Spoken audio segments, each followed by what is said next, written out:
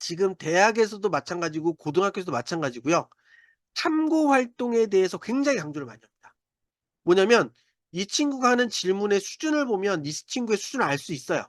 두 번째는 그 수준의 답을 스스로 찾아내는 것을 보면서 이 친구가 성장하고 있는 걸 느낄 수 있거든요.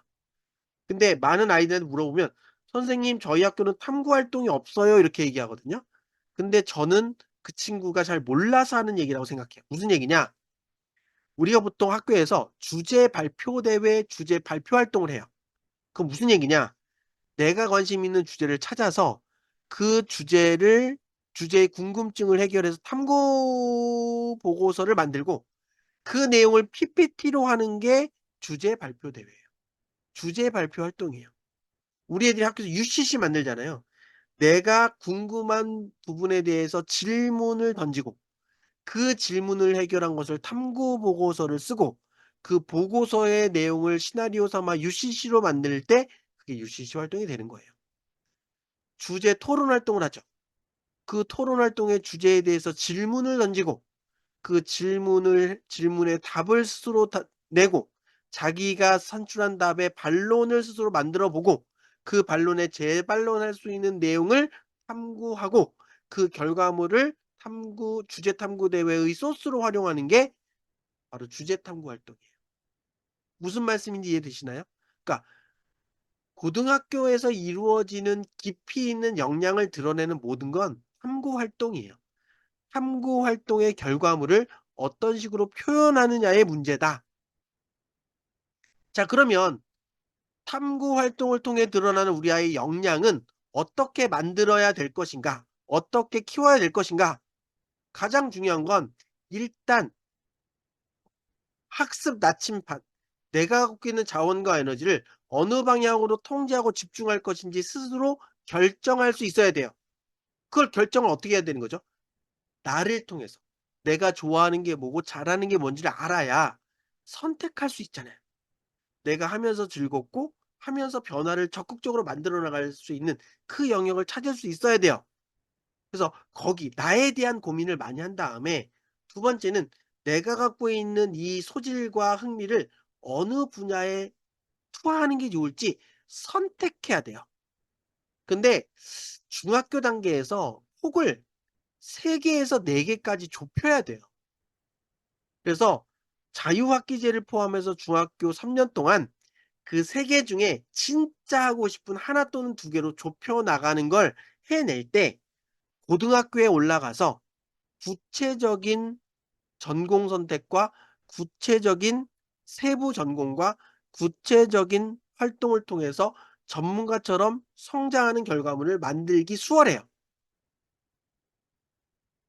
그래서 요런 프로세스를 초등, 중등, 고등학교 때 따라간다면 입시에서 굉장히 무난한 결과가 만들어질 수 있고요. 만약에 이걸 쪼끔 더 빨리 당긴다면 요 프로세스를 중학교 때 그러니까 어느 정도 만들어 놓으면 특목 입시가 가능한 게 지금의 입시 구조다. 그래서요 좀 정리하면 현재 지금 우리 아이가 초등학생이라면요. 나 자체를 이해하는 게 매우 중요해요. 그런데 이걸 하기 위해서 우리 아이들이 다양한 경험을 해 보는 게 좋습니다. 초등학생 때가 제일 시간이 많아요. 그러니까 다양한 경험과 세상에 대한 호기심을 자꾸 키워나갈 수 있는 환경을 마련해 주는 게 좋습니다.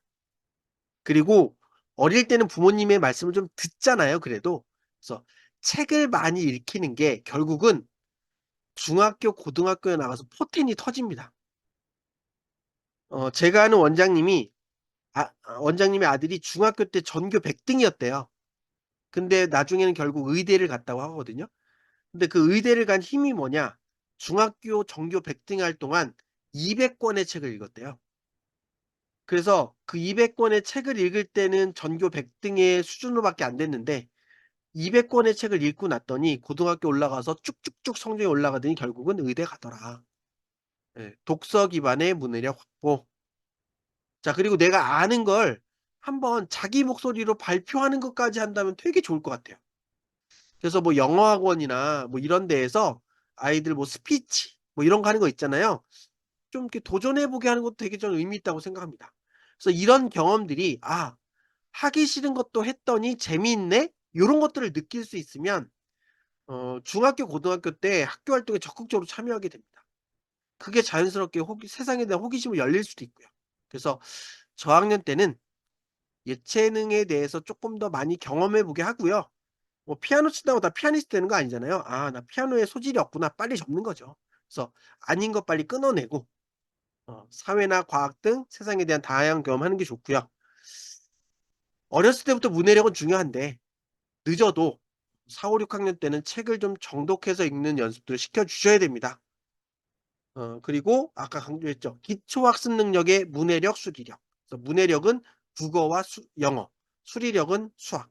여기에 대해서 기초학습을 어느 정도 하고 중학교 올라가야 되겠죠.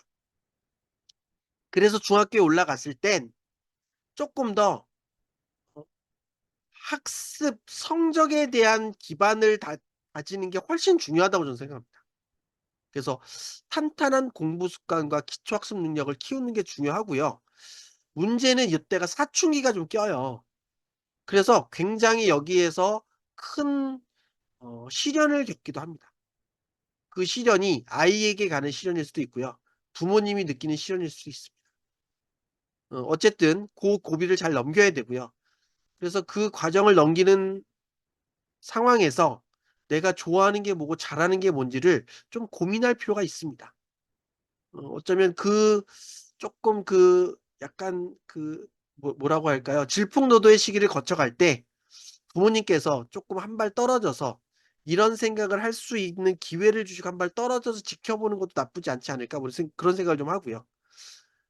그런 것들을 할 때 질풍노도의 시기 때 애들이 부모님하고는 쪼끔 사이가 안 좋아도 선생님이나 친구들하고는 사이가 좋은 경우가 있거든요. 그래서 그럴 때 우리 학원에서 진로 심리 검사 같은 걸 하고 상담을 받으면 아이들이 부모님과의 대화에서 느끼지 못했던 자신에 대해서 무언가를 느낄 수도 있습니다. 고런 경험을 좀 시켜주는 게 의미 있을 것 같고요. 그다음에 중학교가 어떤 진로에 대해서 직접적인 경험을 해볼 수 있는 현실적인 마지막 단계 아닌가 저는 싶어요. 특히 자유학기제. 그래서 직접 또는 그다음에는 간접 경험이죠. 독서 혹은 영상 혹은 어 어떤 뭐 영화나 이런 매체 이런 걸 통해서 내가 관심 있는 분야에서 어떤 일이 벌어지고 있고 그 분야에서 일어나고 있는 일을 알기 위해서 책을 통해서 어떤 지식을 쌓아나가는 과정 이런 경험을 하면서 고등학교 올라가서 내가 어떤 전공으로 방향을 정할까를 한두 개로 좁히는 과정이 필요합니다. 그래서 중학교 1 학년 때는 이제 자유학기 시작하는 학교가 있죠. 2 학기 때 할 수도 있고 1 학기 때 할 수도 있습니다. 그래서 자유학기제를 통해서 적극적으로 내가 좋아하고 잘하는 게 뭔지를 직접 한번 도전해 볼 필요가 있습니다. 그리고 2 학년 때는 사춘기, 질풍노도의 시기를 잘 거쳐야 되기 때문에 정서적 안정이 좀 중요하고요. 그래서 부모님의 잔소리보다는 학원의 원장님의 어떤 지도에 따라서 공부 습관을 갖출 수 있도록 해서 학원에서 공부하고 집에서는 좀 쉴 수 있는 분위기 고런 것들을 만들어 주시면 참 좋을 것 같고요. 다행히 아이가 철이 일찍 들어서 "엄마 나 특목고 가고 싶어. 나 과구가 좋을 것 같아. 국제고가 좋을 것 같아." 이런 방향을 결정할 수만 있다면 2 학년 2 학기 때부터 물론 1 학년 때부터 하면 더 좋습니다. 2 학년 1 학기 때부터 관심 있는 분야의 독서 그리고 동아리 활동이나 학교 활동을 통해서 의미 있는 결과물을 쪼끔씩 만들어 놓는 것이 있다면 특목고 진학에 훨씬 유리합니다. 자 중학교 3 학년이라면요. 이제는 실수하면 안 됩니다. 특목을 생각한다면 가급적 B가 나오면 안 된다는 건 모두 아실 거고요. 그런데 A가 중요한 게 아니라는 거 아까 말씀드렸죠. 어 90점 A는 별로 의미가 없습니다. 90 점은 95 점으로 95 점은 98 점으로 98 점은 만점으로 그러니까 공부의 빈틈을 스스로 메꿀 수 있는 힘 그리고 그 메꾸는 과정을 견뎌낼 수 있는 지구력 그걸 뭐 그릿이라고도 표현할 수 있죠. 그런 것들을 키워내는 연습을 중학교 3 학년 때 충실히 쌓아야 됩니다. 그리고 특목을 생각한다면 학생부 관리를 어떻게 해야 될지 구체적인 계획을 좀 세울 필요가 있습니다.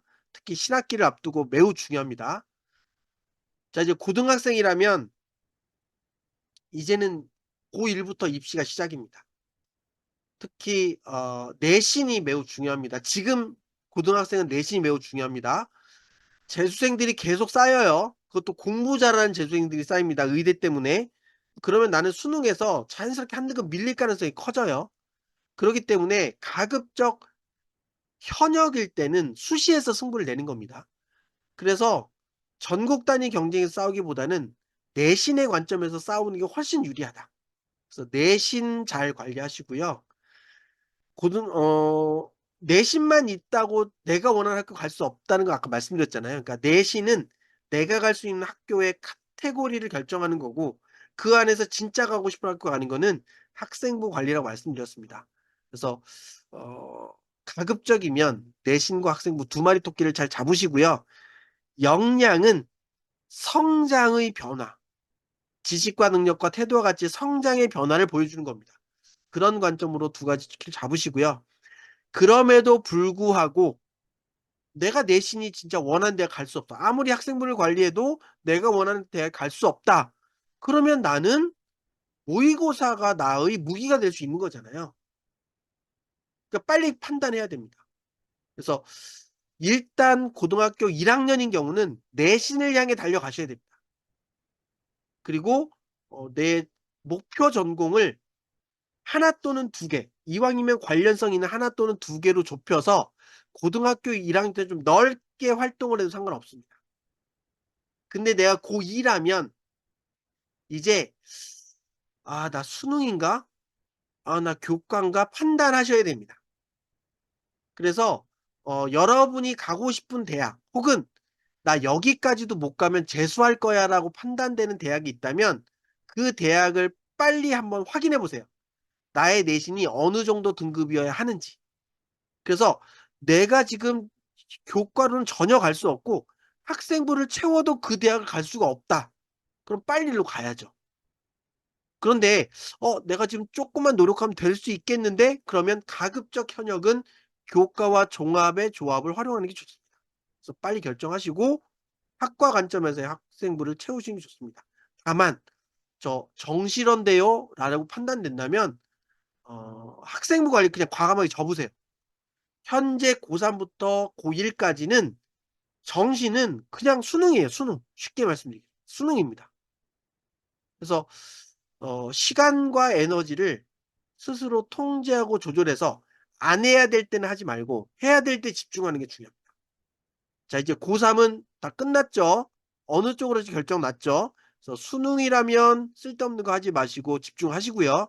교과 종합의 조합이라면 이제 활동을 제대로 하셔서 가장 깊이 있는 활동을 3 학년 1 학기 학생부에 담아 놓는 게 중요합니다.